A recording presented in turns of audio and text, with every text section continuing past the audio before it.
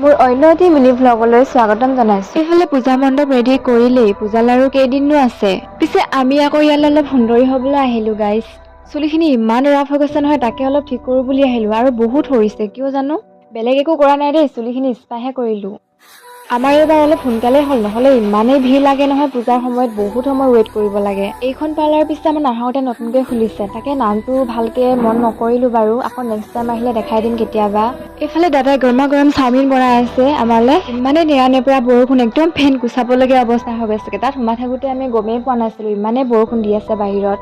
মই মানে কথা কওঁতে কথাবিলাক বহুত স্পীডত কৈ পাওঁ, তেনেকুৱা নালাগে নে? পেন এটাও ল'ব লগা আছিল, মোৰ আকৌ চাইজৰ বিচাৰিয়ে নাপাওঁ নহয়। ইমানে বিচাৰি ব্লেক এটা বিচাৰিছিলো, মোৰ চাইজত নাপালো, এইটো কাৰণে মই বেলেগ এটাকে ল'ব লগা হ'ল আৰু। এইফালে ব্লাউজ এখনো চিলাব দি থোৱা আছিল, তাকে ইমান বেয়াকে চিলাই দিলে, মনটোৱে বেয়া লাগিছে এতিয়া ব্লাউজখন দেখি। মই নতুনকৈ শিকিছো যে, সেইটো কাৰণে চিলাবলৈ অলপ ভয় লাগে মানে ভাল কাপোৰ বিলাক। আজিলৈ বাই বাই।